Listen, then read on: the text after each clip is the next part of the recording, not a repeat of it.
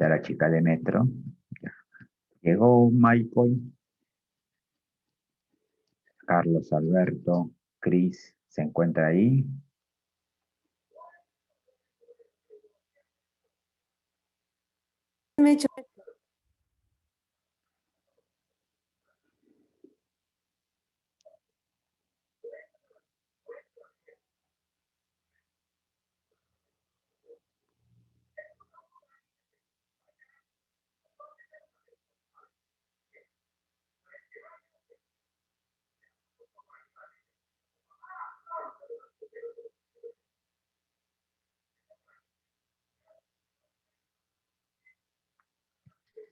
Listo, muy bien.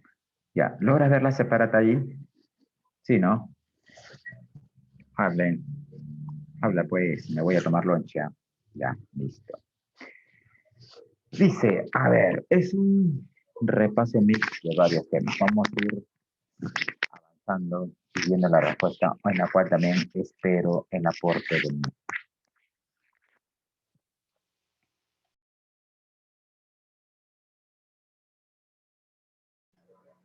Ya, dice, el uso actual de colchones, jabón, pantalones, toneles. Toneles son esos recipientes parecidos al cilindro, en la cual se establecen algunos elementos para guardar.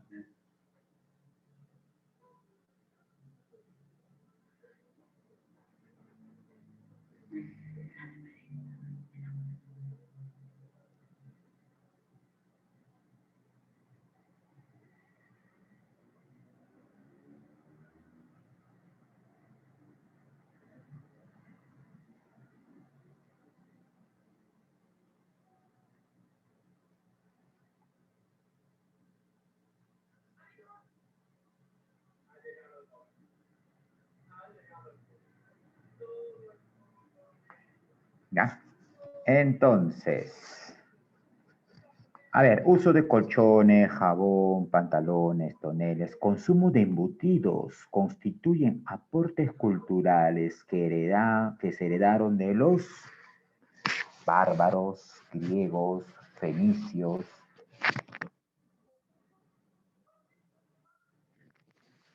romanos o hunos. A ver, en primer lugar, ¿quiénes eran bárbaros en la Europa de ese entonces? Bueno, es una denominación que lo van a establecer los romanos, ¿eh? El tema de bárbaros. ¿Qué eran bárbaros? No, no, no. Bárbaros no son personas pues salvajes, por así decirlo, ¿no? Bueno, los bárbaros, como sabrá usted, mi estimado jovencito, era el apelativo, la denominación que le van a dar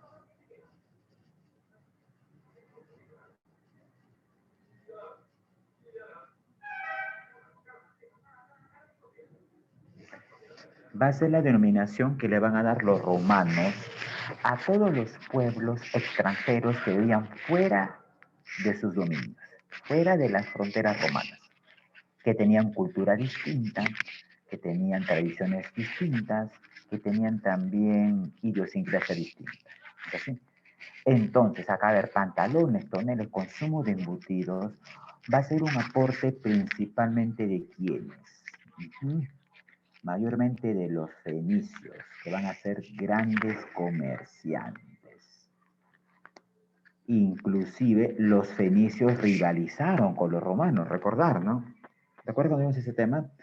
Los fenicios, al ser grandes comerciantes, llevaron estos productos pues a Europa establecida y de esta manera los fenicios tuvieron el control del mar Mediterráneo.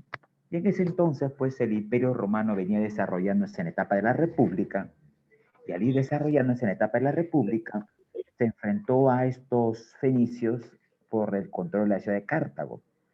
A esta guerra entre cartagineses y romanos, la historia la ha llamado, a ver, ¿cómo se denomina la guerra entre cartagineses y romanos?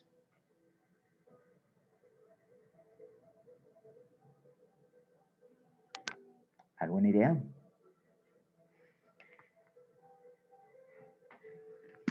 ¿Cómo se llama la guerra entre cartagineses y romanos?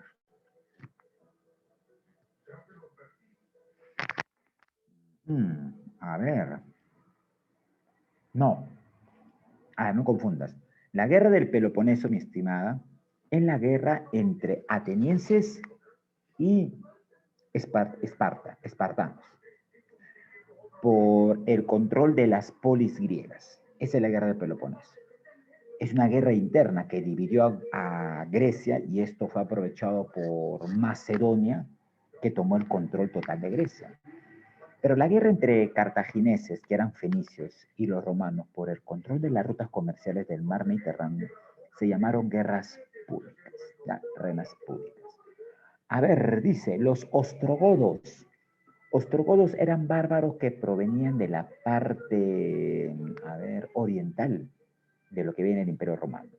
Llamados también bárbaros, derrotaron sucesivamente a los ejércitos romanos, matando al emperador y apoderándose de Roma en el año 476 después de Cristo. Oiga, no estoy muy acorde con esta denominación, ¿ya? Creo que te hemos dicho, y lo he dicho en una ocasión, y lo vuelvo a reiterar, ¿ya?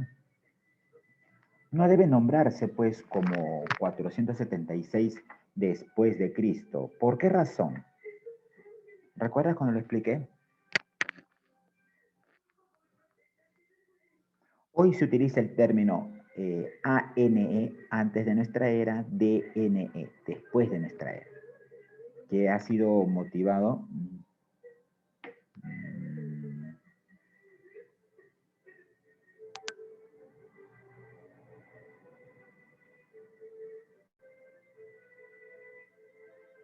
y esto punto llega a lo siguiente. Entonces, mira, ¿por qué no debe utilizarse ADS-DC? Porque si seguimos utilizando esta terminología AC-DC, obviamente estamos, digamos, favoreciendo, estamos dando todas las prioridades, la prerrogativa a una religión que en este caso es la cristiana católica, dejando de lado pues a otras religiones que también tienen sus adeptos y también tienen su aporte. Entonces, los musulmanes podrían decir, ¿y por qué no decimos antes de Mahoma, después de Mahoma? O los de la India dirán, ¿por qué no antes de Buda y después de Buda? Entonces, para evitar esas controversias, que sería lo más injusto del caso, eso es porque esta es una visión, bueno, esta denominación es una postura positivista, eurocentrista de la historia. Y tú sabes que la historia es global, es general. Es decir, no es necesario o es incorrecto, mejor dicho, tomar una cultura o un dios de este mundo occidental para hacerlo ver como válido para casi todo el mundo, ¿no? Eso hay que tomarlo en cuenta, ¿ya, mi estimado? Por lo tanto, no nos parece correcto. A ver. Ay, ay, siguiente. ¿Están ahí todavía, no? Mayra, Cris. Ahí está, están ingresando más. Gracias. Ah, ya, listo. Están atentos, dice, por amor a Dios. Están atentos. ¿Están atentos? ¿Estás atento a mi clase o estás atento a tu novela turca que estás viendo? Del médico doctor Milagro. Habla. Sé sincero, pues. ¿Estás viendo la clase o doctor Milagro? Ya. Dice, fórmula de prueba utilizada en la Edad Media. Ah, mira, mira, mira, interesante, dice. Que invocaba la actuación de Dios. Bueno, se supone que debe ser el Dios católico, cristiano.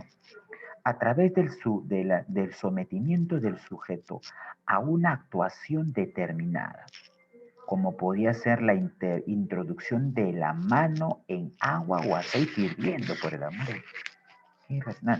La utilización de hierros candentes o la lucha contra quien defendía en juicio la preposición o pretensión contraria.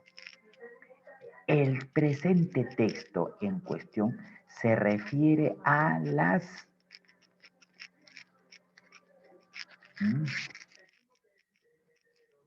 Bueno, obviamente es una costumbre típica de los mal llamados pueblos bárbaros, porque no eran pueblos bárbaros, no eran bárbaros, simplemente que su cultura, sus tradiciones, su idioma y sus logros y aportes eran distintos a los romanos. Bueno, los romanos le llamaban bárbaros de forma bastante peyorativa y despectiva, por qué no decirlo, pero eso no es correcto, pues no eran bárbaros. Inclusive muchos de ellos tenían un desarrollo cultural más interesante que los propios bárbaros o que los propios romanos.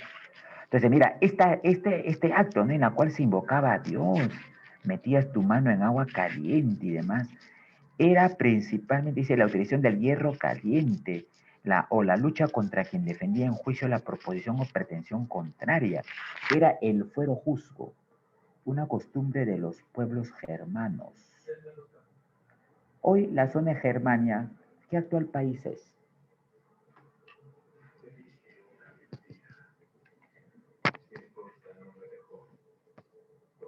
Dime, la zona de Germania, actualmente, ¿qué país es, jovencito? Ya, ya, ya, correcto. Por el amor de Dios, por el amor de Dios. Germania. Ay, ay, ay, ay, ay. Alemania, claro. Muchas gracias, señorita. Usted me da ánimos, aunque sea seguir solamente con usted. No sé si los demás estarán ahí. A ver, veamos el Imperio Bizantino. A ver, recuerda, cuando cae Roma, el emperador Teodosio va a dividir a Roma en dos sectores. Roma occidental, con su capital Roma propiamente dicha, y la Roma oriental, con su capital Constantinopla. Recuerda que Constantinopla hace referencia a este emperador llamado Constantino. Constantinopla actualmente, ¿en qué país se encuentra? Es un país donde está de moda mucho estas novelas que muchos ven. Y mi abuelita llora cada vez que ve estas novelas.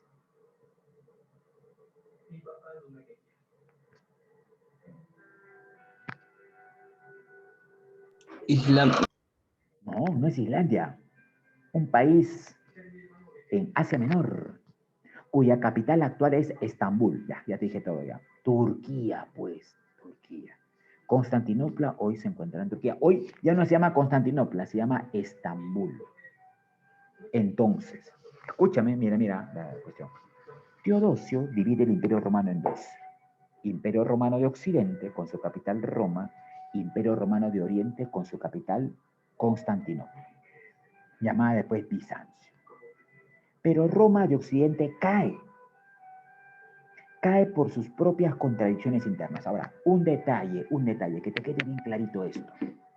Muchos textos, de forma errada, y no ven pues dialécticamente las cosas. Tú tienes una visión dialéctica, ¿no? Y acá lo hacemos así. Dicen y manifiestan que el Imperio Romano cayó por las invasiones bárbaras de los ostrogodos, visigodos, érulos, hunos y agabranos. Pero eso no es tan cierto. Yo te pregunto, si el Imperio Romano estaba en crisis, en decadencia, ¿qué provocó su crisis?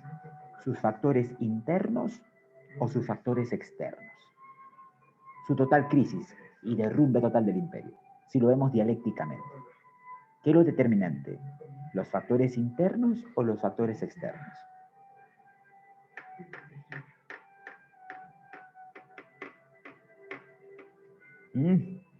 A ver, veámoslo dialécticamente, papito lindo.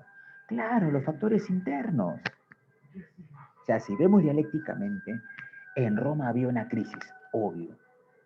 Y habían factores internos que motivaban esta crisis y también factores externos. Pero lo determinante es lo interno, no lo externo. Lo externo puede influir, pero lo que va a marcar la diferencia va a determinar son los factores internos. ¿Y qué pasaba en la Roma de Occidente en esa época? Escúchame, había rebelión de esclavos. Uno de ellos, años antes, el gran Espartaco, la más grande rebelión de esclavos que puso en jaque y removió los cimientos de la Roma. Crisis económica, escasez de productos agrícolas, porque los plebeyos estaban en contradicción con los patricios. Los plebeyos querían mayores oportunidades políticas en el Estado romano y los patricios se los negaban. Entonces generaban pugnas entre patricios y plebeyos, y eso dividió socialmente a Roma, sumado a la crisis, sumado a la rebelión de esclavos. Obviamente, si no habían esclavos, no había mano de obra, porque toda la economía del Imperio Romano se sustentaba en la explotación de esclavos. Entonces, Roma en ese entonces, en el año 476, era un cadáver andando. La crisis económica, la escasez de alimento, las pugnas entre patricios y plebeyos, la rebelión de esclavos habían provocado la declive de Roma. Las invasiones bárbaras va a ser el tiro de gracia, como quien dice, del Imperio Romano. Ya Roma iba a caer, pero producto de sus contradicciones y de sus factores internos. Eso no es. Pero subsistió por 1000 años más Roma de Oriente, con su capital Constantinopla.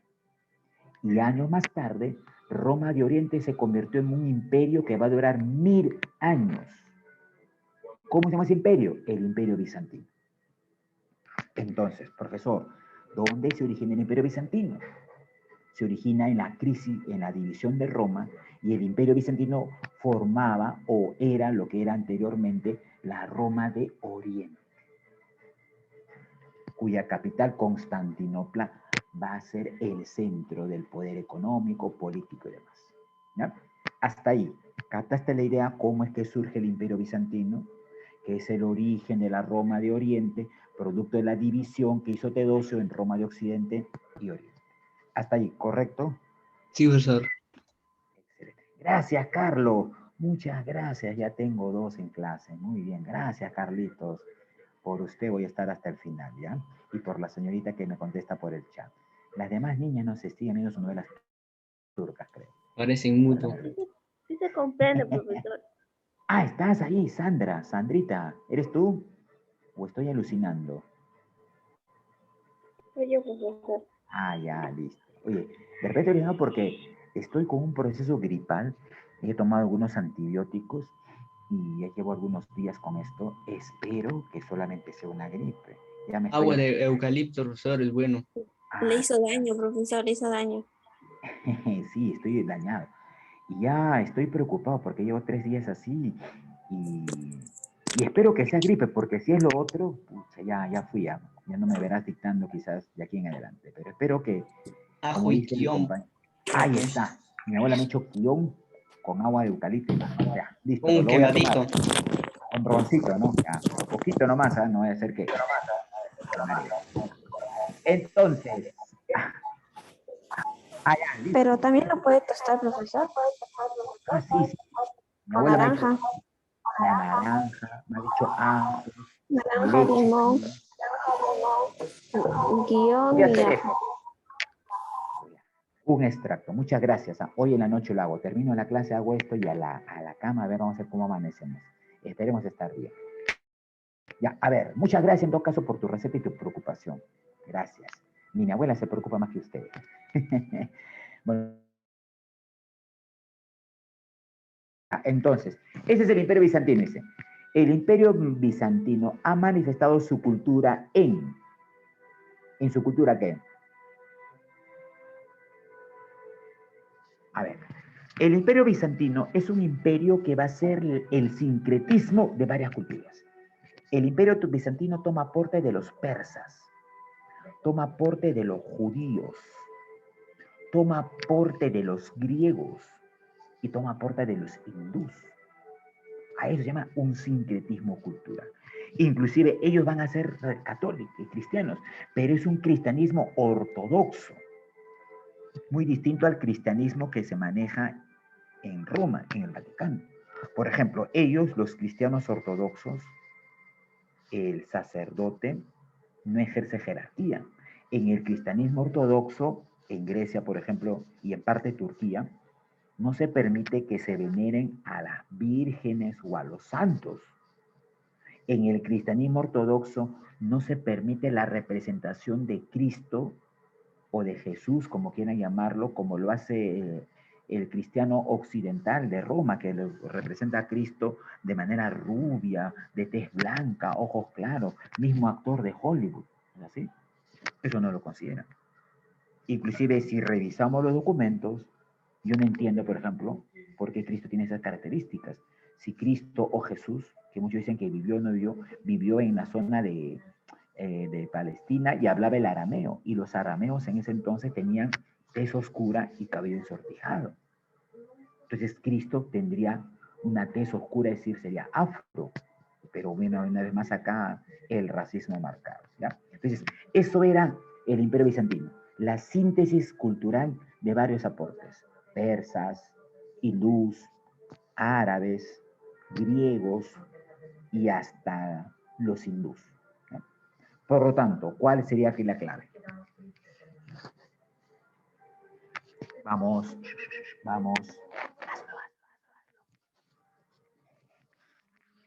Después tengo que ir a tratar La B. La B o la D, hijo. ¿B o D? No te escuché bien. La D, ¿no es así? Claro, pues mi Y la D. estimado. La D, la combinación de varios elementos culturales. Sincretismo. Excelente, Carlitos. El Imperio Bizantino sobrevivió 10 siglos. 1000 años. Va a ser uno de los imperios más longevos, por así decirlo, ¿no? De mayor duración en el espacio histórico. 10 siglos. Pero esto se debió principalmente ¿a qué? Ahora tú dirás, profesor, el Imperio Bizantino, escúchame, mira, si el Imperio Bizantino tuvo la mezcla de aportes griegos, árabes, hindús, persas, ¿cómo hizo el emperador bizantino para cohesionar e integrar al imperio? Aquí surge un elemento, el factor Militar. ideológico, mi estimado. Aparte el factor militar era para expandir los dominios del imperio, pero tú con el factor militar no puedes cohesionar a pueblos de diversas culturas, de diversas concepciones, de diversos puntos de vista, de diversas tradiciones. O sea, los militares no hacen ello, salvo que estos pueblos se rebelen y los militares utilizan la fuerza, la violencia. Acá lo que hace el emperador en el Imperio Bizantino es cohesionar a estos pueblos a través del factor ideológico, es decir, la religión cristiana. La religión cristiana va a ser el elemento unificador de una mezcolanza de varias culturas que formaron parte del Imperio Bizantino. Por lo tanto, ¿cuál es aquí la clave?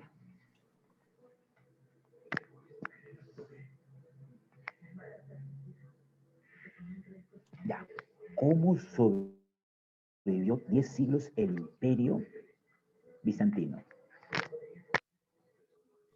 La E puede ser. La E puede ser, claro. Es la E, pues, mi estimado. Gracias. Un momentito. ¿Qué pasó? ¿Qué hice, por el amor de Dios? Ya. Ah, ya está, ya está. Claro, es la E. A factor... Uy, perdón.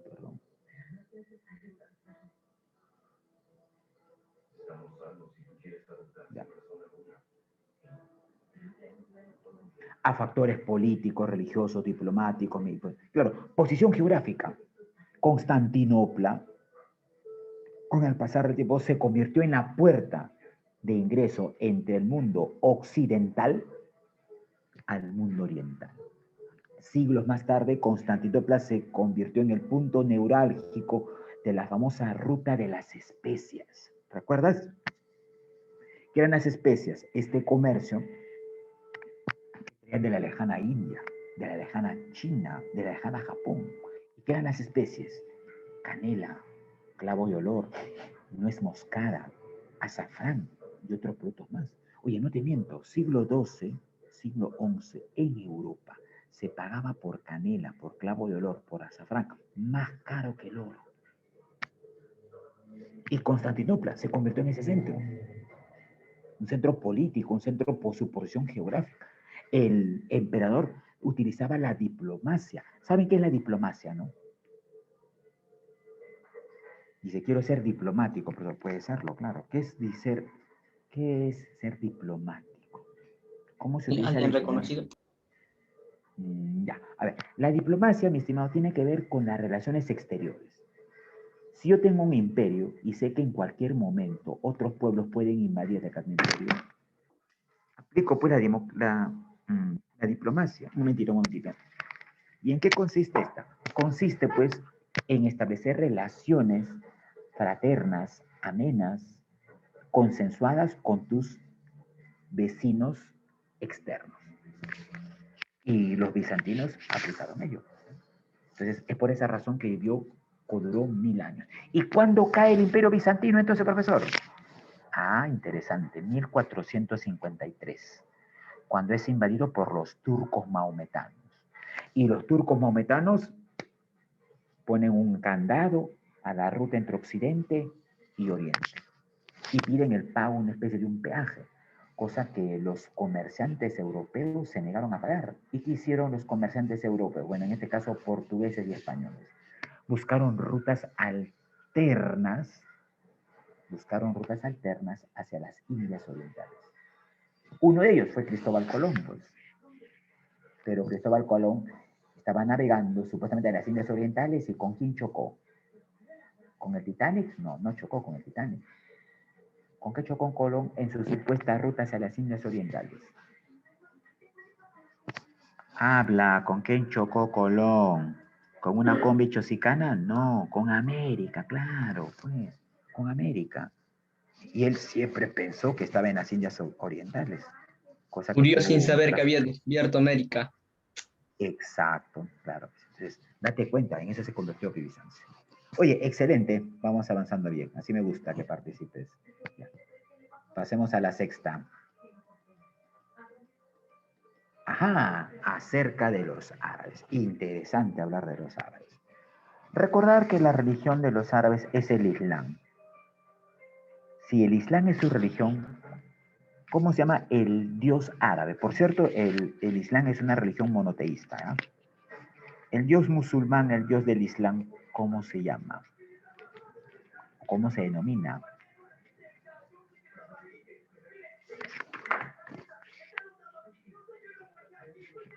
Alá, claro, Alá.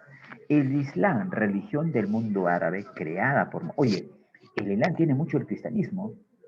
Si tú revisas las Sagradas Escrituras, Mahoma... A ver, tratemos un poco quién era Mahoma. Mahoma era un rico comerciante. Y a sus más de 60 y tantos... Así es, Mayrita, claro, Alá. Tantos años... A sus tantos años, dice él que se le presentó el arcángel Gabriel. Bajó del cielo, le indicó que la única religión oficial era el Islam y que Mahoma iba a ser su profeta. Lo iluminó y Mahoma escribe el libro sagrado. Ahora te digo, Mayrita, ahorita te digo. El libro sagrado de los musulmanes. ¿Cuál es el libro sagrado de los musulmanes? Si para el mundo cristiano es la Biblia, para los judíos es el Talmud, para el mundo islámico, ¿cómo es su libro sagrado? ¿Cómo se llama? No, no es la Torah es en los judíos. Libro sagrado de los musulmanes, que es un libro tanto religioso como también político, porque hay muchas leyes, muchas normas que se tratan de cumplir en la sociedad. ¿Alguien sabe ese librito? ¿Cómo se llama? El Corán, papito lindo, el Corán, no te olvides. El Corán es el libro religioso de los musulmanes. Y no solamente un libro religioso, también es un libro que tiene código político. Algunas leyes se derivan del Corán. El Corán. Claro, el Corán, pues no conté. Ya. Ahora, me dicen qué significaba Alá. El Islam es una religión que significa sumisión a Dios. Sumisión total a Dios. ¿Qué significa la palabra sumisión? ¿Qué significa que tú seas sumiso? Humillar. ¿Cómo? ¿Gritar? Humillarte. Humillar. No. Sumisión no tiene que humillar. ¿Eh? Entregar tu vida a Dios, claro. Someterte entregarte en cuerpo y alma y conciencia a la única causa que es Dios. no cuestionar, no criticar, aceptar la existencia de Dios sin titubeo alguno, someterte, pues. Eso. Y Alá era el Dios máximo, el Dios establecido. Es por eso que Mahoma, ahora, cuando Mahoma plantea esta religión, debes saberlo tú muy bien, los árabes eran politeístas. Se cuenta que en la Meca había una piedra negra que según dicen había sido traída por Abraham. Y esta piedra negra se había ennegrecido por los pecados de los árabes. Cuando Mahoma llega a la Meca con el Corán bajo el brazo y con su una religión, los sacerdotes de la Meca se enfrentaron a Mahoma, hubo una guerra y lo expulsaron a Mahoma. A esa etapa de la expulsión de Mahoma a la Meca y que fue perseguido e intentó ayudar, en el mundo árabe, en el mundo musulmán se llama la Égira, con H, Égira. Fuera de la Meca, Mahoma concentró a grandes comerciantes, porque detrás de una religión hay intereses económicos. No vayas a creer, pues, que Mahoma se iluminó por Dios y creó esta religión. No, hay intereses económicos, papito lindo. Mahoma pertenecía a grandes comerciantes de caravanas del desierto de Arabia, que querían tomar el poder de la Meca y sacar a esa oligarquía terrateniente que estaba enquistada en el poder. Pero Mahoma dice, yo quiero tener a todos los pueblos árabes de mi lado. ¿Qué hago? Y creó esta religión. Lo crea. No es que fue iluminado, ni mucho menos. Yo sabía pues que las religiones, en general, si lo vemos objetivamente, es producto de la limitación intelectual del hombre por tratar de explicar las cosas objetivas que ocurren a su alrededor. Eso es así, ¿no? Por lo tanto, concluyo que Dios es el que crea, que el hombre es el que crea la imagen de Dios y no Dios crea al hombre.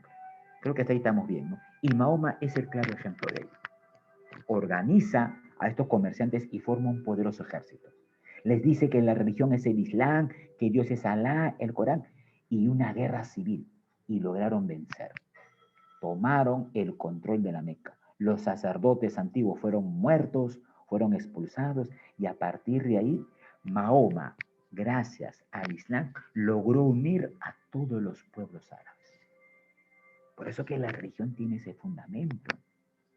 La religión islámica lo que buscaba era cohesionar a todas las tribus árabes, por así decirlo, bajo la dirección de Mahoma.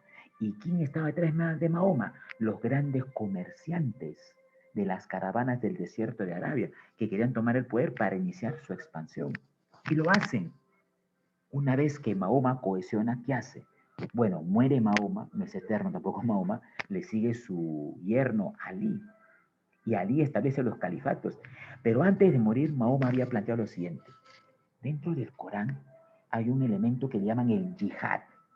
No se escucha hablar del yihad, que está dándose el día de hoy en Medio Oriente, dice. El yihad, ¿qué dice? Una parte del Corán dice, Alá es el único Dios. Y nosotros, que somos seguidores de Alá, debemos difundir al Dios Alá por todo el mundo a través de una guerra santa, combatiendo a aquellos dioses paganos y religiones infieles. ¿Qué quiere decir con esto, Mahoma?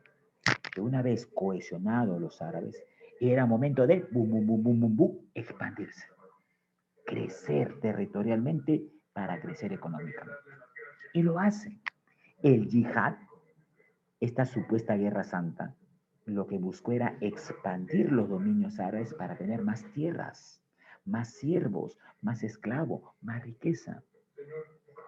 Y los árabes que estaban en Arabia tomaron poder de Siria, Palestina, Afganistán, parte de India, todo el norte de África, Egipto, Marruecos, Argelia, Túnez.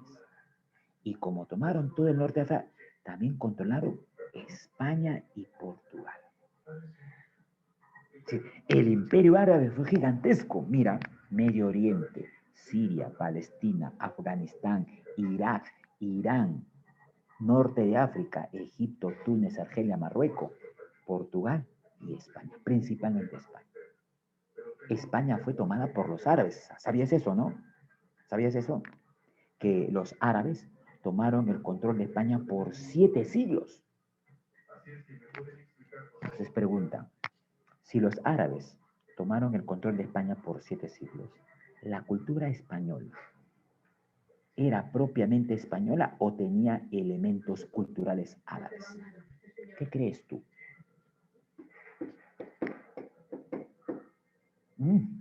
Mira, los árabes tuvieron 7 siglos en España. Entonces, la cultura española era netamente española, tenía elementos árabes. Claro, tenía elementos culturales árabes. Y estos, muy bien, Mayrita, y estos fueron traídos por Pizarro con la invasión al Tahuantinsuyo. Como por ejemplo, a ver, te informo. ¿Sabes en qué año los árabes son expulsados de España? 1492. Grábate esa fecha. 1492. ¿Por qué es importante ese año, 1492? ¿Qué ocurrió? Un navegante genovés llegó a dónde? En su barco, queriendo llegar a las Indias. ¿A dónde llegó? ¿A dónde llegó? ¿A la Antártida? No, América. Claro. El año que Colón emprende su viaje a las, entre comillas, Indias Orientales, ese año, 1492, los reinos españoles se cohesionaron y expulsaron a los árabes. Muchos árabes, habían tardado 7 siglos, tenían propiedades, tenían minas, tenían bancos. El ser expulsados implicaba perder económicamente. Entonces, ¿qué hacen muchos árabes? Se convierten al cristianismo. Dicen, un momentito, no me expulsen. He iluminado, quiero ser cristiano. Me bautizo y se convierten al cristianismo. Los árabes conversos, convertidos al cristianismo, en Europa, en España se le llamaron moros. Moros, no monos, moros, con R. Y miles de moros, cientos, van a venir con Pizarro en la invasión al Tahuantinsuyo. Y traen sus costumbres. ¿tá? Por ejemplo, la mayor parte de dulces limeños son de clara procedencia árabe. ¿Alguna vez antes de la pandemia has paseado por la Alameda Chabuca Granda que está a la espalda del Palacio de Gobierno? Hay unas señoras que venden dulces limeños de la época colonial. Y estos dulces limeños, la mazamorra, el arroz con leche, el rafañoti, el champú, son platos creados por los árabes. ¿Extranjero? Extranjeros, creados por los árabes. Yo no sabía eso. Te pongo un caso, solamente la mazamorra. Mira, y no lo digo yo, lo dijo mi gran amigo y maestro Juan José Vega, que estudió mucho el tema. Ya, él es un especialista, lamentablemente ya murió y dejó su legado. Muchos de estos árabes que vinieron a América, hasta con Pizarro, de forma clandestina trajeron sus costumbres. Y de forma clandestina se reunían para orar a su Dios Alá. Muchas palabras del actual castellano tienen procedencia árabe.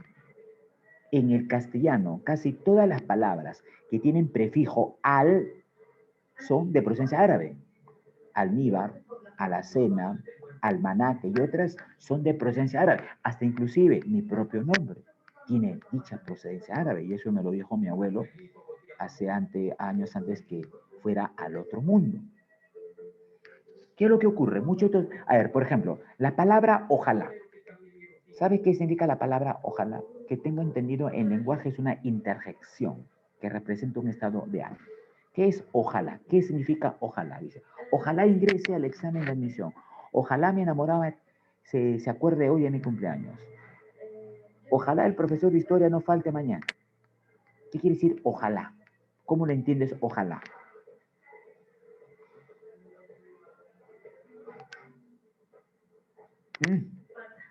Bajo los ejemplos que te he dado, ¿qué significa ojalá?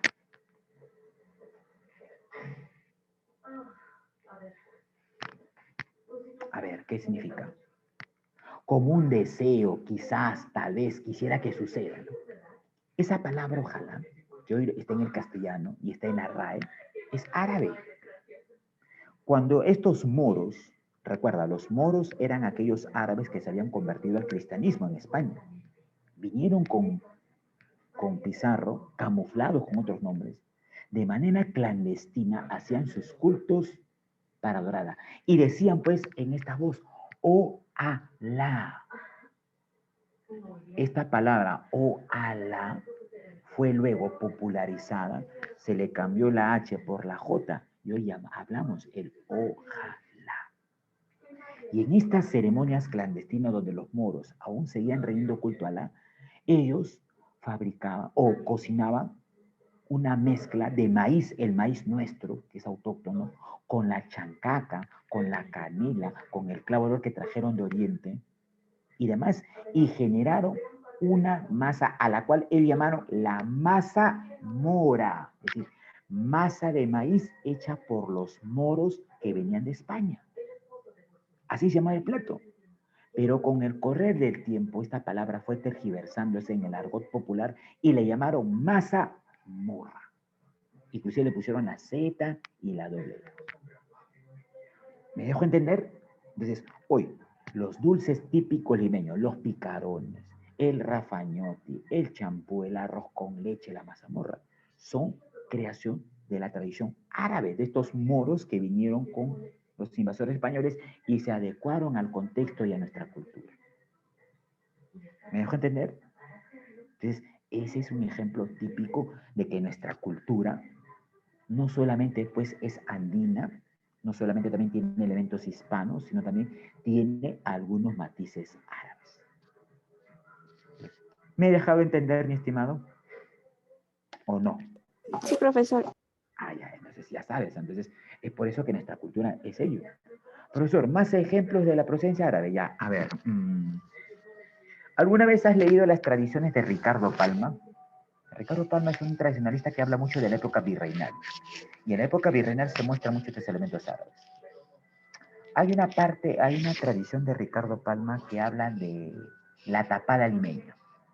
Aquella mujer que salía los domingos a la misa cubierta con un saya y un manto. Se tapaba todo, solamente observaba un ojo para poder ver, para causar la seducción, la intriga en el varón que quería enamorar. ¿Has escuchado de la tapada limeña? Sí, ¿no? Claro, de negro, claro.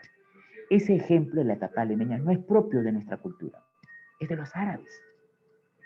Tú ve a los pueblos de Irak, Siria, Palestina, que son árabes, las mujeres casadas, todas salen a la calle con una túnica negra, cubierta de pies a cabeza. Solamente los ojos se lo observan. Ahí está, pues. Ejemplo, tradición de cultura árabe. Entonces, nuestra cultura, y especialmente la cultura, entre comillas, criolla, porque hoy se habla de la cultura criolla, es de clara procedencia árabe. No sé si has visto en España el flamenco, la danza del flamenco. ¿Has visto el flamenco? Esas personas que bailan con castañuelas y cascanueces y empiezan a hacer zapateos. Esa danza, el flamenco, en la cual cantan y tiene una voz impresionante, es una tradición árabe. Los caballos de paso que luego llegan al Perú, estos caballos eran árabes, de clara procedencia árabe. Entonces, un poco te voy retratando cómo se dio esto desde el mundo islámico. Como yo, entonces, nuestra cultura también tiene algunos elementos culturales árabes. ¿Ya? Eso hay que tomarlo también en cuenta. Bien, punto aparte, vamos a las preguntas. Bueno, mil disculpas si me extendí el tema, pero creo que era necesario hacerlo para que entiendas cómo sea este aspecto en nuestra cultura. Sí, profesor. Gracias. No, estamos acá para ampliar. Yo pensé que lo sabías, pero es necesario. A ver, un momentito. Ya, ajá. Bien, en la arquitectura árabe, ¿cómo eran llamados los templos? ¿Sí? ¿Cómo eran llamados los templos que estaban en la cultura árabe?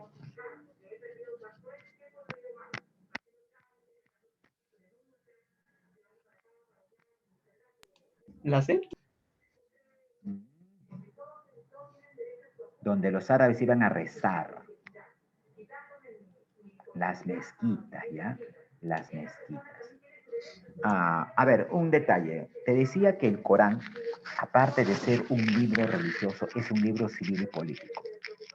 El Corán dice, mujer casada debe salir a la calle cubierta de pies a cabeza con una túnica negra, como tú lo has visto alguna vez.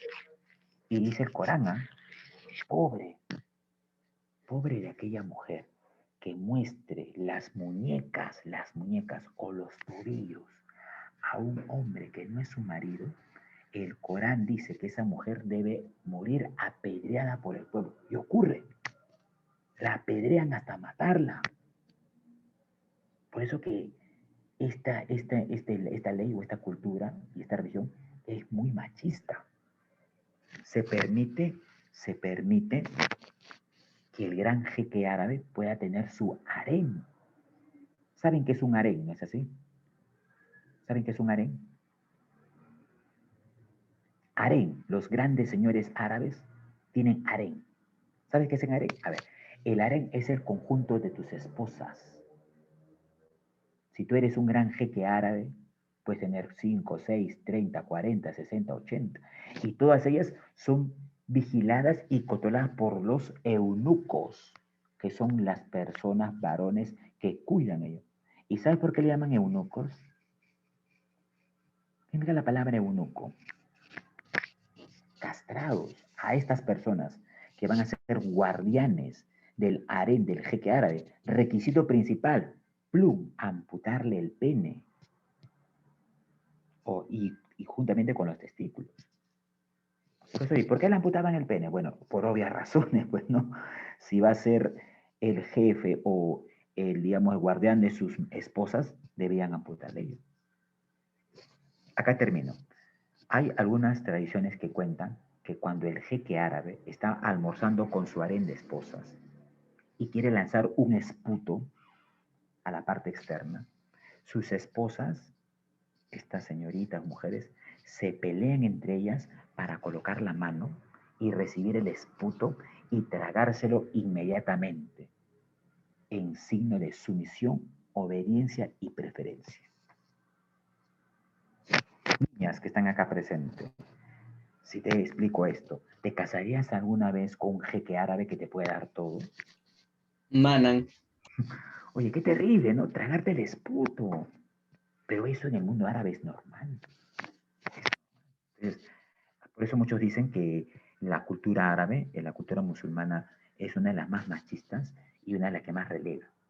Están cambiando. Por ejemplo, en Arabia Saudita ya se aprobó hace algunos meses atrás la ley que permite que las mujeres puedan manejar automóvil, que las mujeres solteras puedan vivir solas, porque antes la ley islámica prohibía que una mujer maneje automóvil, prohibía que una mujer soltera viva sola. O sea, si yo soy soltera, debo vivir con mi mamá, con mi papá, hasta casarme. No debo vivir sola, era una falta ante Allah. Entonces ya el contexto, el desarrollo del movimiento femenino está surgiendo y están alcanzando algunos derechos, pero aún falta mucho, pues, falta mucho. Falta mucho, entonces eso tenga que tomarlo bastante en cuenta, ¿sí? A ver, pero no todo es malo en los árabes, ¿ah? ¿Cuál va a ser el mayor aporte que dieron los árabes al mundo? Ajá. El cero. ¿El cuál? El uso del cero. No, hay uno más importante que eso. El álgebra. El álgebra, pues claro. Oye, tú cuando dominas álgebra, dominas todo. Los árabes han sido incomprendidos. Te dije en una ocasión, Europa Occidental, todo el conocimiento que tiene Europa Occidental, España, Portugal, Francia, Italia, Alemania, Inglaterra, se debe a los árabes. Los árabes llevaron a Europa el álgebra, las matemáticas, la química, el astrolabio, la brújula, la carabela, el papel, la imprenta, y allá lo perfeccionaron, pero no le han dado el crédito. El álgebra es la máxima creación a nivel de las matemáticas. Tú que dominas matemáticas, debes saber que si tú no dominas álgebra, no vas a poder hacer un problema de geometría, de trigonometría, hasta de física. El álgebra es básica y el álgebra es creación. Ya, el astrolabio. A ver, muy buena pregunta, Mayrita. El astrolabio es un instrumento que sirve para la orientación marítima, pero en la noche, basándose en el posicionamiento de las constelaciones o estrellas. Muchos navegantes árabes viajaban de noche. Claro, el álgebra es la base de la matemática y tú lo sabes muy bien. No dominas álgebra, ya fuiste matemático. Antes, La numeración era romana. ¿Sabe el número romano? Ah, por ejemplo, a ver, escríbeme 5 millones en romano. Ah, eso, ¿no? 2 hojas para escribir. Los árabes lo sintetizaron. La numeración que hoy utilizamos de 0 a 9 es árabe. ¿Tú crees que la numeración que utilizamos hoy es griega? No, es árabe. Numeración arábiga, por eso, pues. El álgebra. No solamente esto, los árabes aportaron a lo que es la química. ¿Algunos de ustedes les gusta acá la química? Cuando yo estudiaba en el colegio me gustaba la química. Claro, la química fue invento de los árabes. Ahora, se dice que los árabes llegaron al estudio de la química de hecho fortuito. Bueno, los árabes estaban plagados también de ciertas ideas. ¿Eh? En el mundo árabe se estaba buscando el elixir de la juventud. Aquel líquido, aquella sustancia que te permitía vivir joven eternamente. O la famosa piedra filosofal, aquella piedra que podía convertirlo todo en oro, todo en oro. Y en ese proceso, también el cero fue creación de los árabes, claro que sí, mi estimada. Entonces, en ese proceso, los árabes fueron inventando lo que es la química. Ellos le llamaron alquimia. Los árabes son creadores de los árabes. Los árabes en medicina destacaron en las operaciones a las cataratas. ¿Dónde quedan las cataratas? ¿En qué parte de tu cuerpo? Cataratas. ¿Ah? ¿En la mente? Claro, en los ojos, pues. En los ojos. Catarata viene a ser en los ojos. Uy, ¿qué hice, por el amor de Dios? Ya no importa.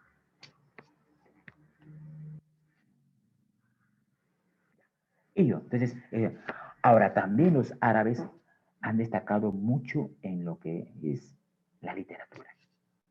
Oye, si los árabes...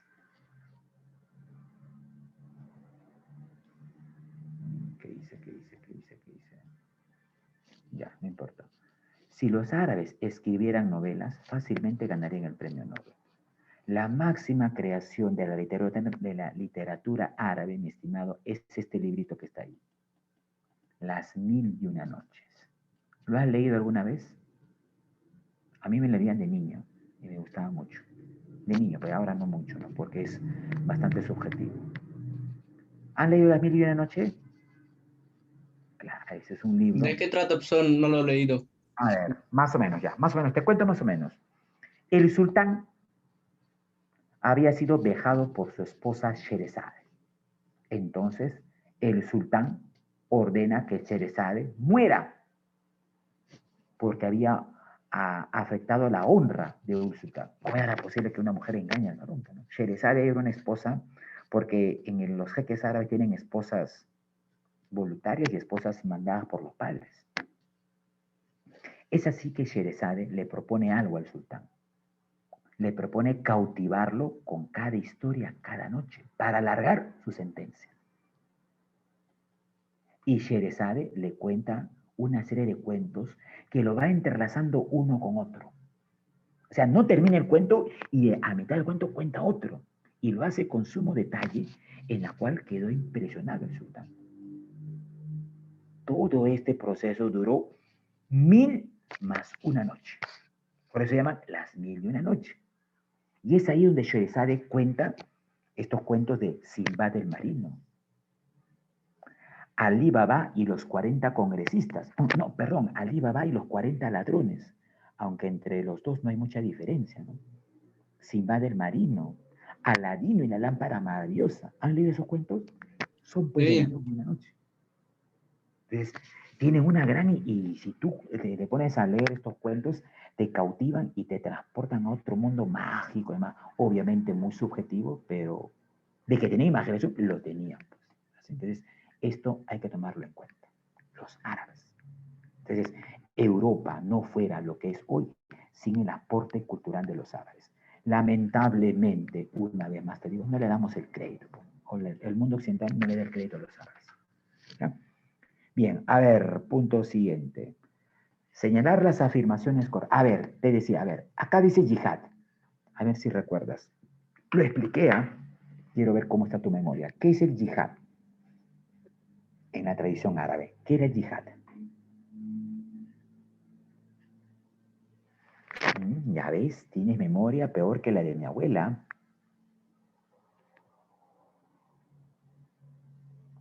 ¿Qué es el yihad en la tradición árabe?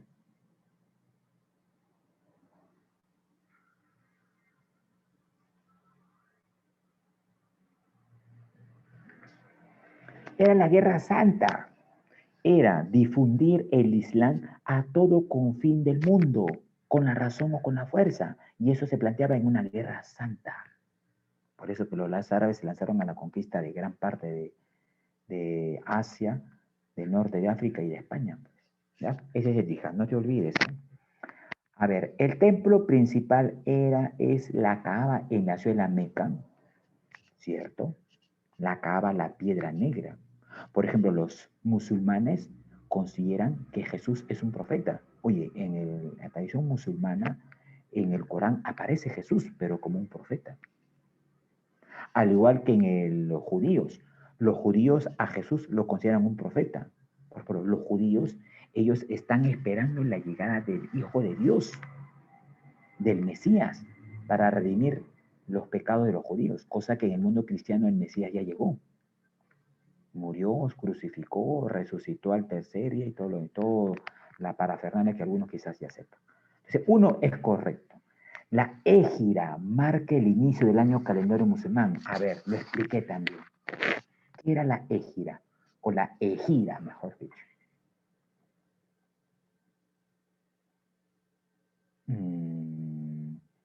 Me estás escuchando y no estás almacenando la información, ¿ah? Quizás estás un poco distraído. Ya, apaga la tele, deja ver las novelas turcas. La égira era cuando Mahoma es expulsado de la Meca.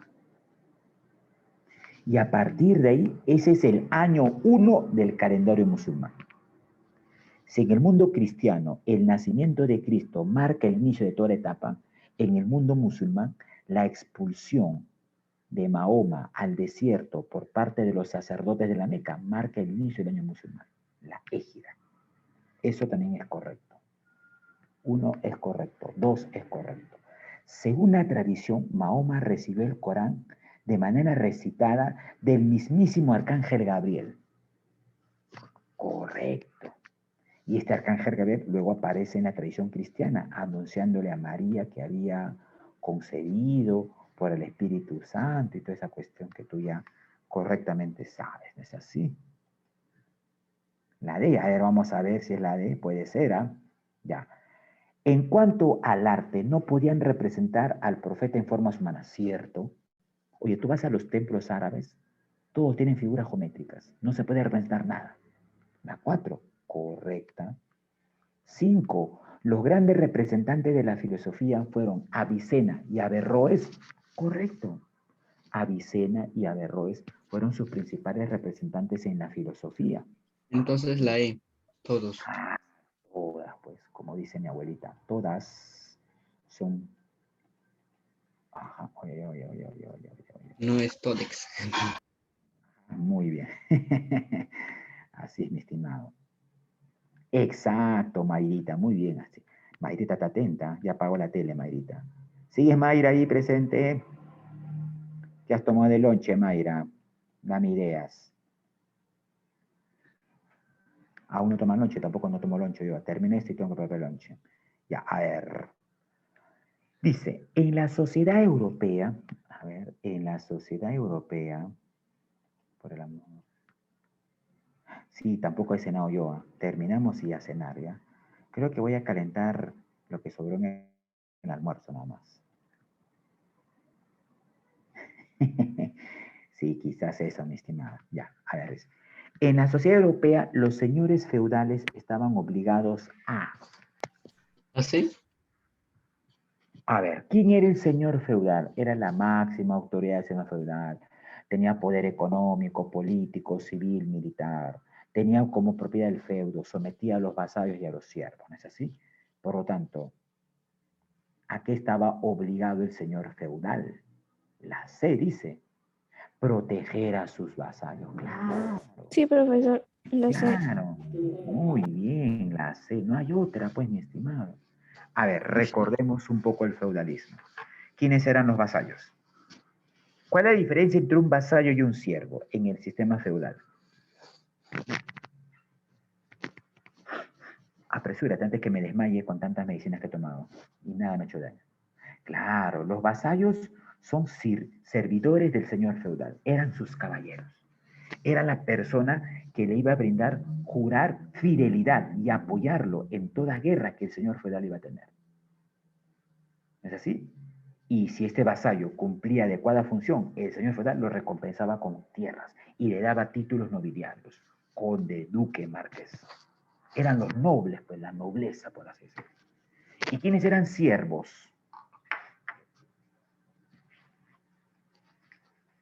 ¿Quiénes eran los siervos? Los campesinos, explotados, los miserables, los que vivían de manera...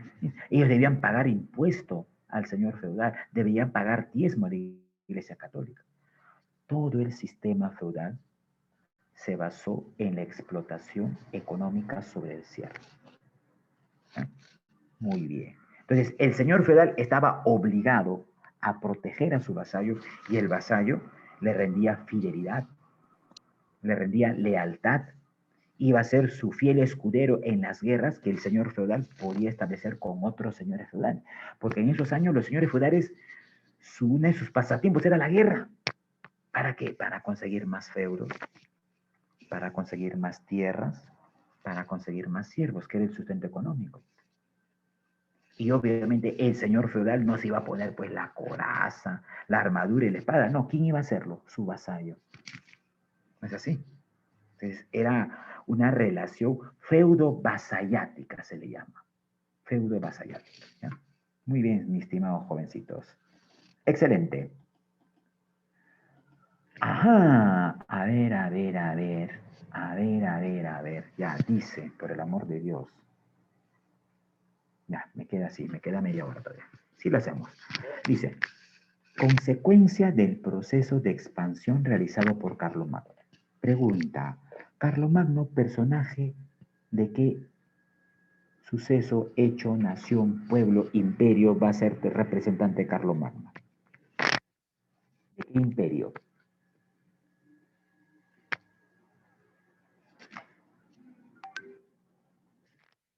¿De qué imperio va a ser representante de Carlomagno?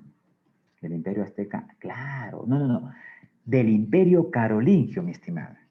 Ahora, si revisamos los antecedentes, el imperio carolingio va a tener su antecedente en el reino franco, ese antiguo reino que se estableció después de la caída de Roma de Occidente.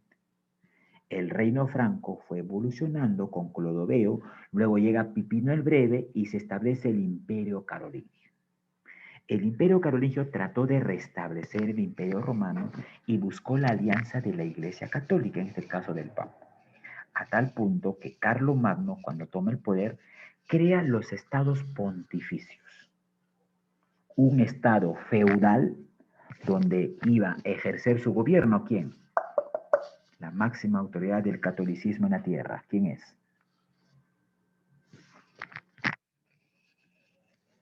¿Quién es la máxima autoridad del catolicismo en la tierra? ¿Mi abuela? No, mi abuela. Sacerdotes. No, pero ¿quién es? El Papa, pues hijo, el Papa. El Papa está en el Vaticano. Los estados pontificios que luego va a originar el Vaticano fue creación de Carlomagno, que venció a los principalmente ostrogodos que estaban en la península itálica y les da estas tierras al Papa. Y el Papa, por eso que el Papa en la etapa feudal era una especie de un señor feudal, tenía su feudo llamado estados pontificios, tenía vasallos, la orden de los templarios, tenía siervos campesinos que también. La Iglesia Católica tuvo mucho poder económico, político e ideológico en la etapa feudal. A ver, veamos a la pregunta, dice. Consecuencia del proceso de expansión realizado por Carlomagno, ¿cuál fue?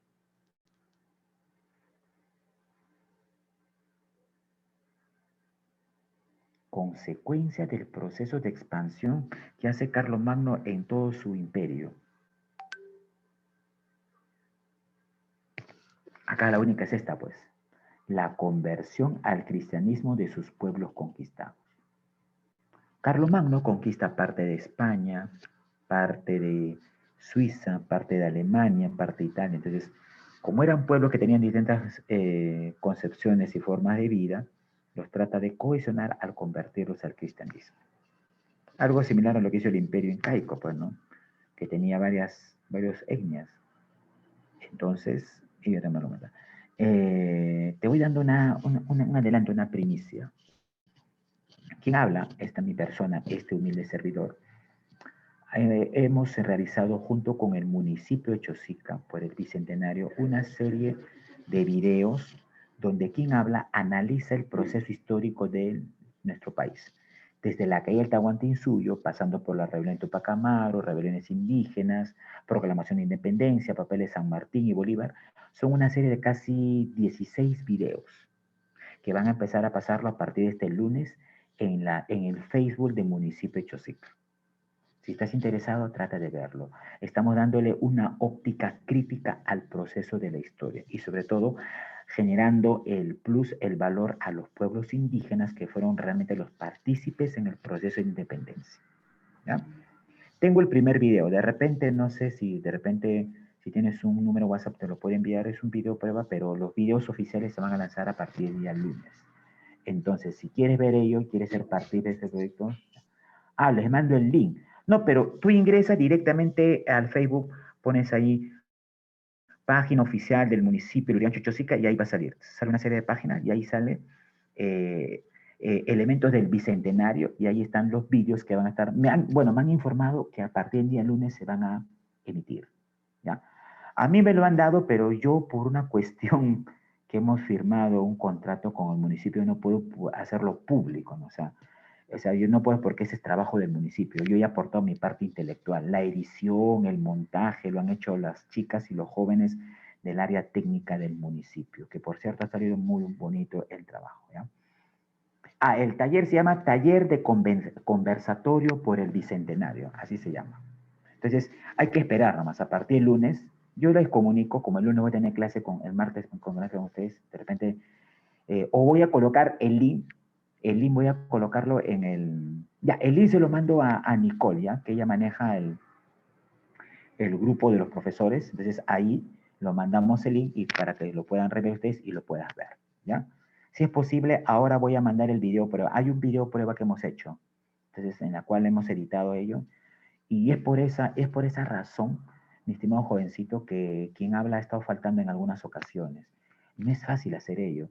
Hemos tenido que grabar en algunas situaciones hasta más de 4 veces, porque tiene que salir bien. A veces cometí errores de dicción. Yo nunca he hecho trabajo en cámaras, tienes que pararte de una forma, posicionarte en otra, mirar en un ángulo cámara 1, cámara 2. Entonces, ya terminé de grabar y la chica decía, no, profesor, falta esto, tiene que salir así. Grabación número 2, toma número 3, toma número 4. Entonces, hace un trabajo bastante tedioso, ¿no? Pero al fin lo hemos acabado el día de ayer. Esperemos que no me convoque más porque me están convocando para hacer los últimos repuntes, pero es bueno verlo, ¿ya? Será bueno para verlo porque queremos dar, al menos el municipio de Chosica ha apostado por darle una visión más crítica a esta etapa que le estamos llamando y el bicentenario. Y bueno, y contaron con mi persona, ¿no? Bueno, tenía un conocido en un municipio y me dijeron el profesor tal, ¿no? Me llamaron y estamos pues acá para aportar, ¿no? Para aportar y esclarecer algunos puntos que estaban generando en ese aspecto. Entonces, a la señorita Nicole le alcanzo yo el link, ni bien lo tenga, para que ella lo pueda arribar a todos ustedes. ¿Correcto? Ya, y se hace también críticas, sugerencias y demás. Por cierto, no vayas a criticar mi imagen, no soy muy fotogénico, ¿ya? Pero la cuestión era ver el contenido, ¿no? El contenido, ¿ya? Bien, a ver, dice, Carlomagno divide su imperio en condados, marcas, ducados. Condados era una especie de provincias, marcas eran las zonas fronterizas y ducados era una serie de distritos. Es decir, era una circunscripción territorial para darle una mayor administración, cohesión al imperio que había formado.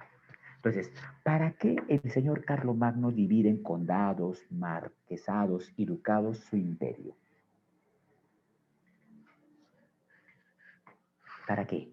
Es como, por ejemplo, el Perú hoy está dividido en departamentos, provincias y distritos. ¿Por qué el Perú está dividido en provincias, departamentos y distritos? ¿Para qué? por parte del gobierno. ¿Por qué el gobierno dividió así el Perú? Departamentos, provincias, distritos.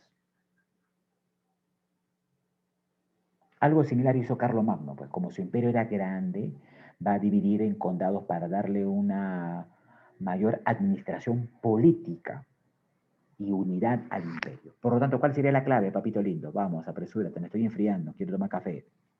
Claro, muy bien, la D, pues, excelente. Así es. Darle, darle una mayor eficiencia administrativa. ¿Ya? Es algo así como lo que hizo Pachacútec, pues. Pachacútec, al establecer el imperio incaico que abarcó casi 6 países, ¿en qué dividió el imperio incaico? Oye, es un chiste, ¿no? ¿En qué dividió Pachacútec el imperio incaico? Claro, en 4 suyos. ¿Y cuáles son estos 4 suyos? A ver, dime el nombre de los 4 suyos. Ah, what? Continsuyo. Ya, Contisuyo es uno. Continsuyo. Otro, Plantinsuyo. Antisuyo, ya, 2. Te faltan 2. Cuyaysuyo. Oyasuyo y Chinchaysuyo. Oye, tienes que repasar, ¿eh? Está frágil tu memoria, mi estimado. Ya, seguimos avanzando. ¿Cómo se llamó el sistema político, económico y social que surgió a raíz de la desintegración del imperio carolingio? Ah, interesante, dice. Sistema político, económico y social que surge después que se rompe, se fragmenta, se desintegra el imperio carolingio. Se llamó sistema corporativo, porque los feudos empezaron a buscar alianzas entre ellos para consolidar su poder. Esto fracasó porque ya en el feudalismo estaba dándose el germen del nuevo sistema económico que estaba surgiendo, que iba a surgir. ¿Qué germen estaba surgiendo en la crisis del feudalismo que va a dar origen al otro sistema superior? A ver, si lo vemos dialécticamente, debes saber que en un modo de producción conviven los rezagos del modo de producción anterior. Y también en un modo de producción van a surgir los gérmenes del modo de producción que va a seguir a ese modo de producción. No sé si me dejo entender. Ya, no me entiendes, ya. Te explico así.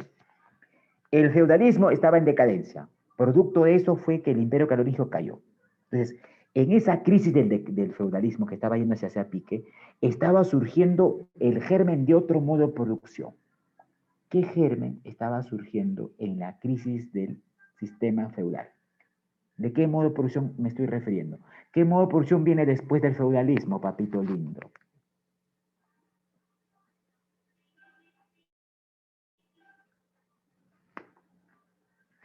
Ya. Dime, ¿qué modo de producción sigue después del sistema feudal? Bueno, creo que ya dije la palabra, la clave, ¿no? El sistema capitalista, pues, el capitalismo. Entonces, exacto, Mayrita, en la crisis del feudalismo van a surgir gérmenes del capitalismo. Por ejemplo, hoy, nuestro país, el sistema capitalista actual, ¿está en crisis o no? ¿Tú qué dices? Oye, dime, ¿el actual sistema capitalista está en crisis o está en auge? Está en crisis, pues. ¿Es así? Y en esta crisis de este actual sistema capitalista están surgiendo gérmenes de posiciones socialistas. Y eso tú me lo sabes. En muchos países del mundo, en muchas regiones, están surgiendo gérmenes, colectivos sociales a los que ustedes pertenecen. Escuelas Libres es uno de ellos. Escuela Libre es un germen que está surgiendo en la crisis capitalista por aspirar a construir un mundo posterior. Obviamente, esto es un proyecto a larga data, de largo aliento, a largo plazo. Los que estamos acá, quien habla, y ustedes estamos dejando la semilla, ¿no? Que los frutos veremos crecer en próximas generaciones. Bueno, esa es nuestra vía. Y en eso creo que estamos abocados en una clara convicción. ¿No es así? Espero no equivocarme. Porque si espero equivocarme, dime, apago la señal y me voy con mi abuelita. Entonces, a eso vamos, ¿ya? Entonces, ¿sí? No sé si entonces se me dejó entender. Claro que me dejó entender. Y escúchame un momentito más, y aquí. Y dentro de un modo de producción, pueden convivir los rezagos del modo de producción anterior. Es decir, no quiere decir que una vez que un modo de producción o un sistema llega a la cima, ya anuló al sistema, al modo de producción anterior. No, no, no, no, no. No es así. ¿Eh? Solo cambia la Existen forma de rezagos. explotación. Exacto. Pues.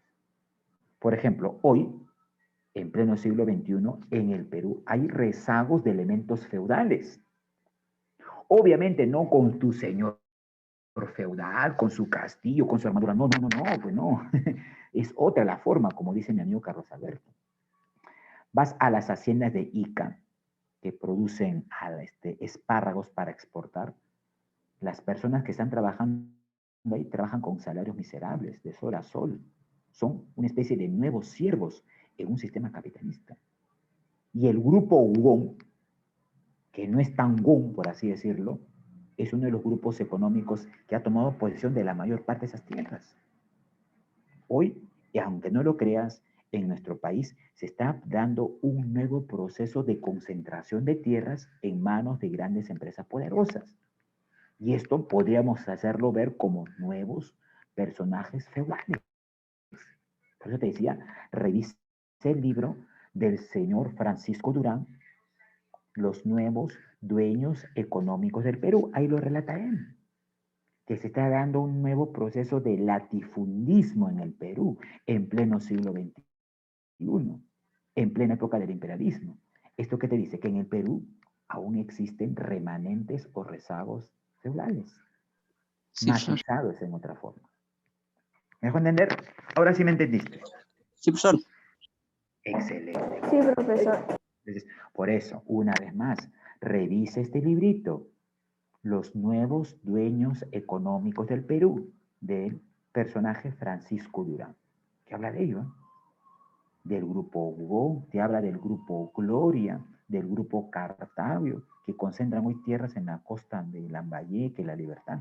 Ahí está, pues los neofeudales en nuestro país. ¿Ah? Entonces, ¿eso qué significa? Que tú tienes que ver así la historia de forma dialéctica, de forma objetiva y de forma materialista, que es la visión que tú tienes que establecerla.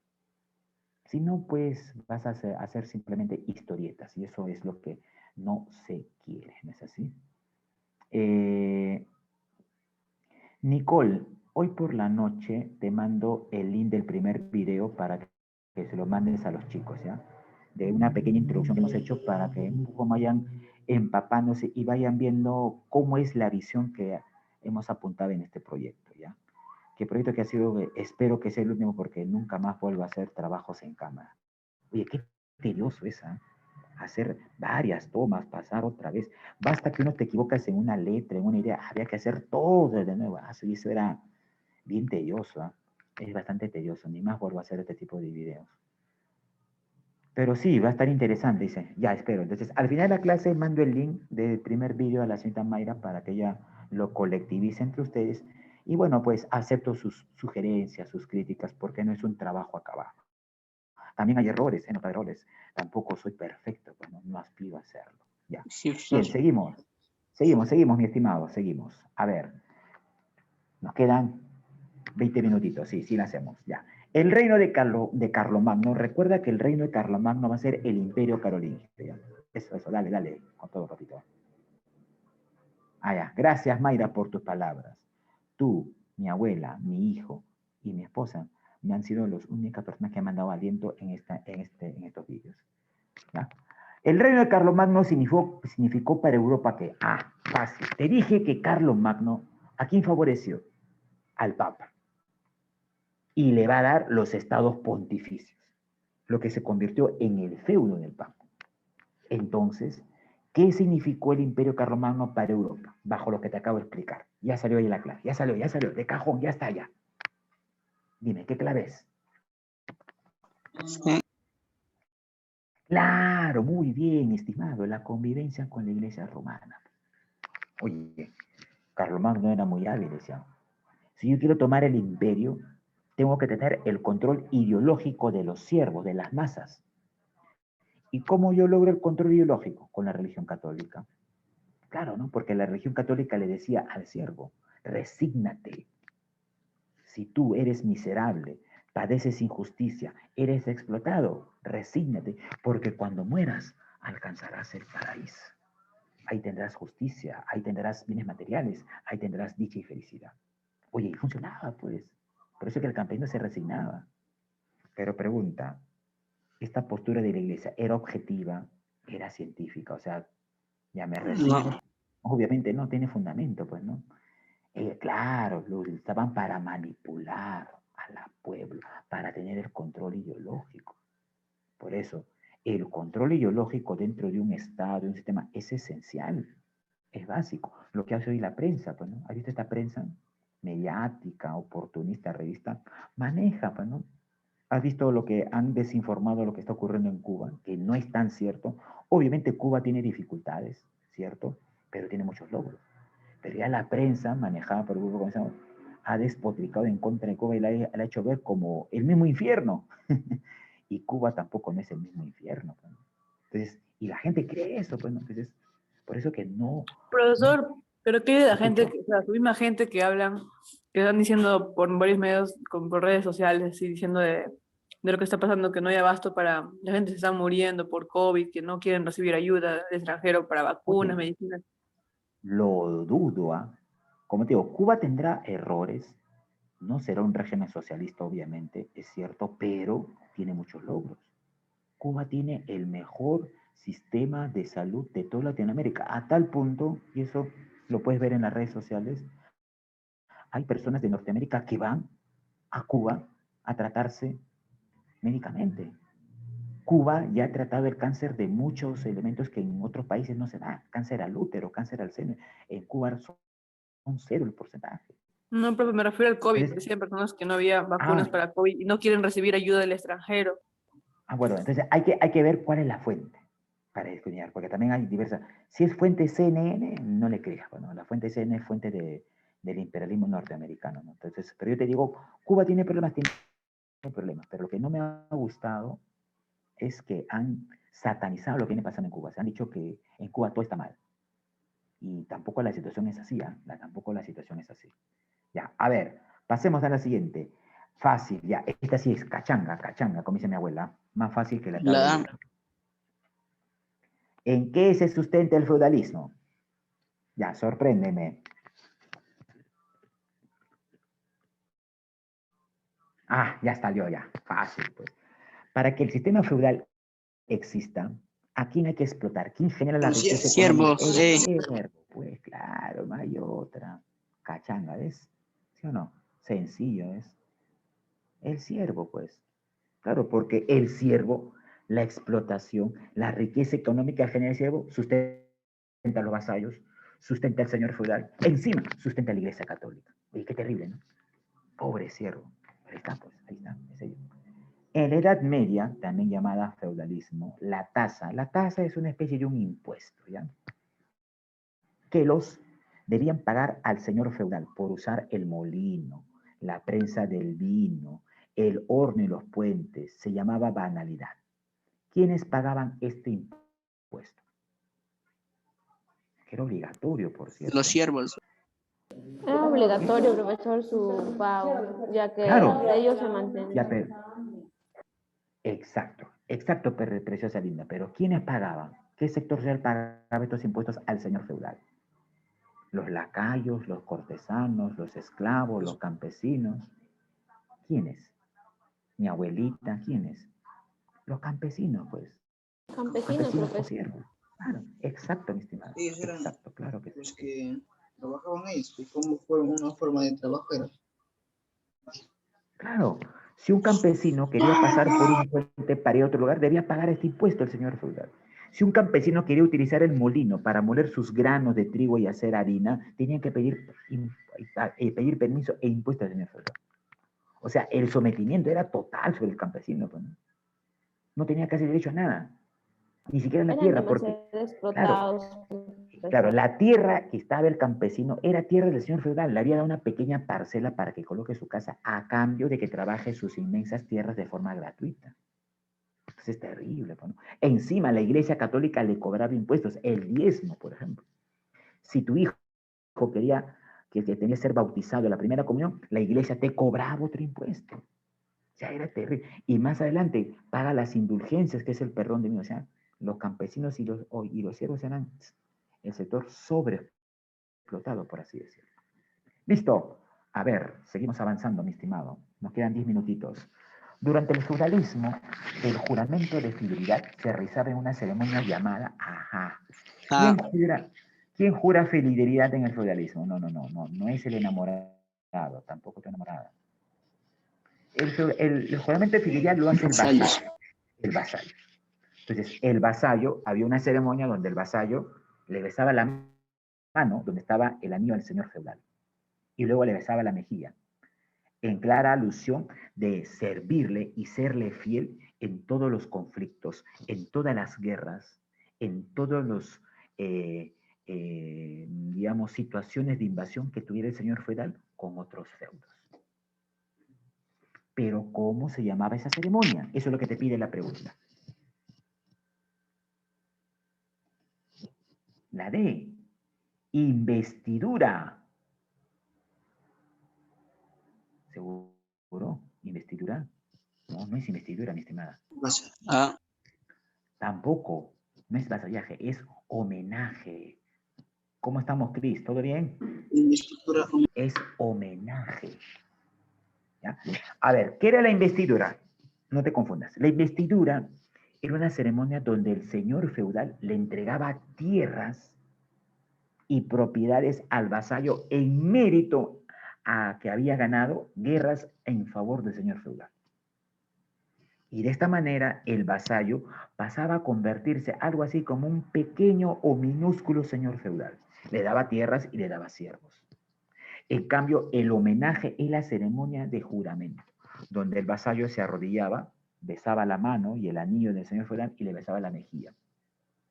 Entonces, no confundir, por favor, ¿ya? Homenaje con investidura. ¿Correcto, mi estimado? Ya. A ver, seguimos, dale, que dale. Por el amor de Dios, ¿cuántas preguntas son? Ya. Ya. ¿Cuál es el título nobiliario de mayor jerarquía en el feudalismo?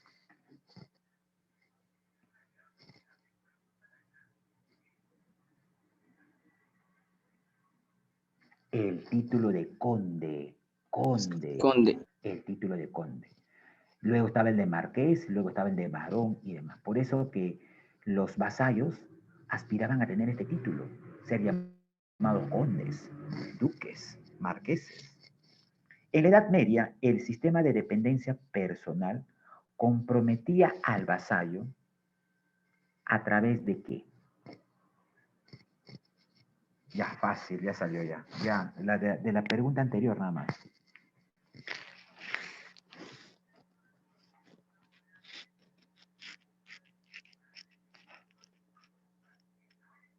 Sí.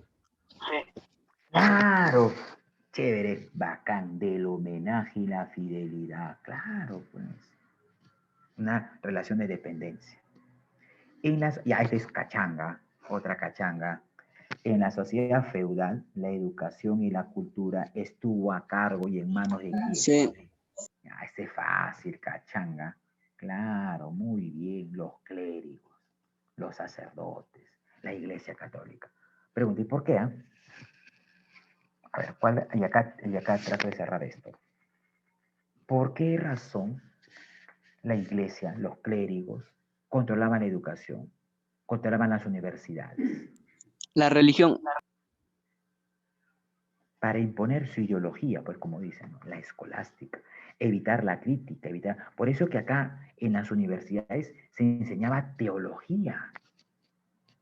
Para poder dominar mediante la religión. Claro, el conocimiento de las personas. Por eso que la etapa del feudalismo, algunos lo llaman la etapa del oscurantismo, donde la Iglesia Católica no permitió el desarrollo de la ciencia. Y tú sabes muy bien que el desarrollo de la ciencia se basa en la crítica, en el análisis, en el uso de la razón. Y eso no quería la Iglesia, pues.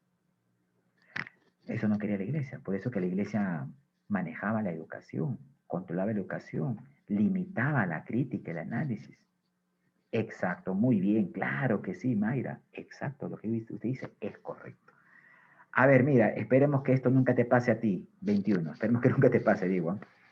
Derecho del señor feudal que afectaba la intimidad de los siervos recién casados. Es decir, el siervo recién casado no pasaba la primera noche nupcial con su esposa, sino la esposa lo pasaba con el señor feudal. ¿Qué La tipo? pernada, profesor. Claro, la pernada. La pernada. Le llamaban pernada o también la prima notte. En algunos textos lo encuentran así, prima notte o primera noche nupcial, ¿no? Y de ahí viene el término cachudo, cornudo, dicen, ¿no? ¿Por qué? ¿Por qué te decía? Oye, sí, qué malo, ¿no? Mira, hasta el derecho de la supuesta virginidad lo gozaba el señor feudal. Terrible, ¿no es así? Qué terrible. Bueno, acá viene el término cachudo porque dicen que el señor feudal, para no ser interrumpido en su cuarto en la noche que iba a pasar con esta recién casada, y no me pidas que te explique qué pasaba en ese cuarto, en esa noche, es obvio, supongo que ya debes saber qué pasaba, pues, ¿no? ¿No es así? Provecho, provecho, mi estimado, ahí con el lonche. Claro, ahí está bien, muy bien. Eso, aliméntense, mi estimado, ya. Provecho, mi estimado, saludos ahí a La Mancha. Guarde un poquito, paso más tarde, ¿ya? Entonces, se cuenta que el señor feudal, para no ser interrumpido, colocaba en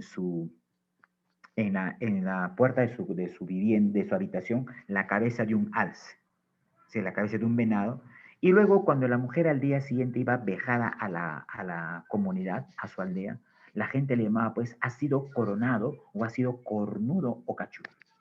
Y de ahí viene pues el término cachudo, cuando tu pareja, tu enamorada, tu esposa saca los pies del plato o te es infiel.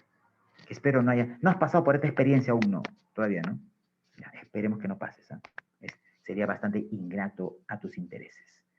A ver, última parte, última pregunta y me voy, porque tengo que chancar ajos, guión, ¿qué más me han dicho? Ajos, guión, leche, ¿qué más? Eucalipto. Casi le digo comino, profesor. Comino. Oye, niña, ¿tú qué quieres? ¿Quieres matarme? Por el amor de Dios. Te pareces a una persona que no voy a decir su nombre, pero que me quiere mucho. Comino me quiere dar, mira, imagínate. La niña se pasó. No, profesor, broma. Ya, ya. Es. Entra. Ya, listo. Entra. Ya. Naranja tostada. Naranja tostada. Naranja, pero no tengo naranja. ¿Puede ser limón o no? Tengo limón. Sí, Limón más profesor, efectivo. puede ser limón. Sí. Haga sopita con fideo.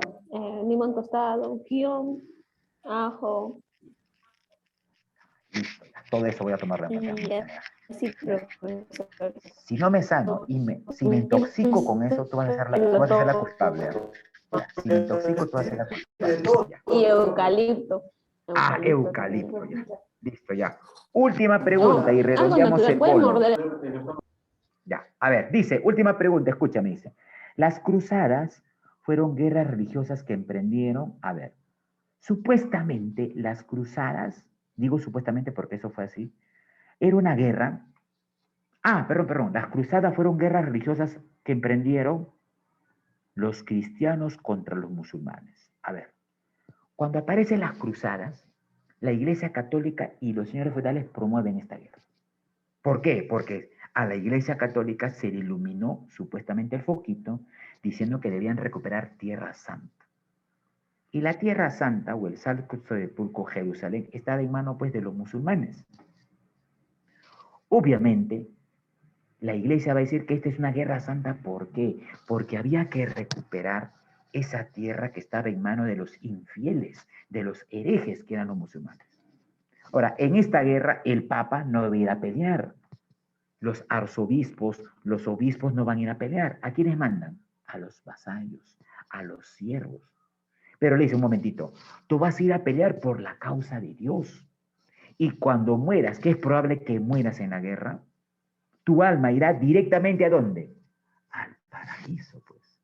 Tienes que pelear porque tienes pecados y como tienes pecados, peleando por la causa de Dios, tus pecados serán limpios. Este discurso dijo la Iglesia Católica y miles de personas se sumaron a las cruzadas. Miles.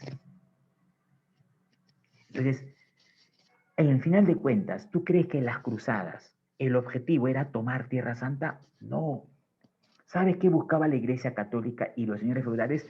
Buscaban más feudos y buscaban tener el control de Medio Oriente, que era la puerta del comercio entre Occidente y las Indias Orientales. Ese fue el objetivo, netamente económico.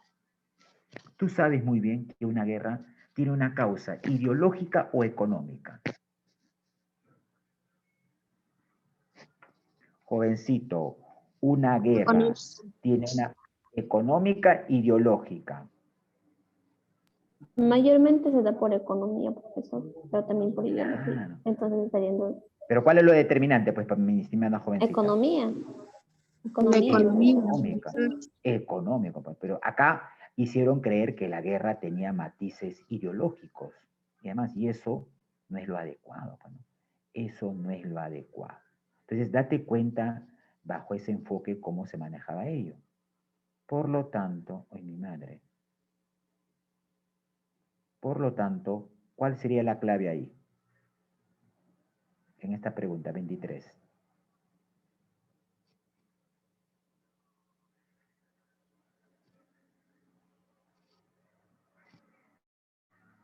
¿Mm? A ver, ¿cuál es la clave? ¿Me dice, por favor? Uy, ¿qué hice? ¿Qué hice? Pues, ¿puede poner las preguntas? Sí, disculpa, disculpa. A ver, clave de la 23. ¡Ah, wow, wow, wow! 23. Las cruzadas fueron movimientos del medievo que tuvieron como una de sus causas la disputa de territorios en el continente europeo, el fortalecimiento del poder de la Iglesia Católica. Eso buscó, pues. Señorita Nicole, le acabo de enviar el video a su WhatsApp. A ver, revíselo si le ha llegado y se lo reenvía a los chicos. ¿Correcto? ¿Le llegó, señorita Nicole? Le he enviado hace algunos segundos. Ya. Entonces ya Nicole tiene el video, se encargan de verlo y por favor, es una visión que debemos dar, se acepta críticas, sugerencias, no es un trabajo acabado ni demás. Listo, señores. Como una vez más digo, siempre es un gusto trabajar con ustedes, siempre es un deleite aportar ello y creo que vamos en buen camino. Entonces, hasta aquí sería la presente clase. Están viendo. Señorita Nicole, ¿le llegó el video, Muchas señorita gracias, Nicole? profesor. ¿Le llegó el video, señorita Nicole? Sí, ¿no? Infórmame, por favor, niña, señorita.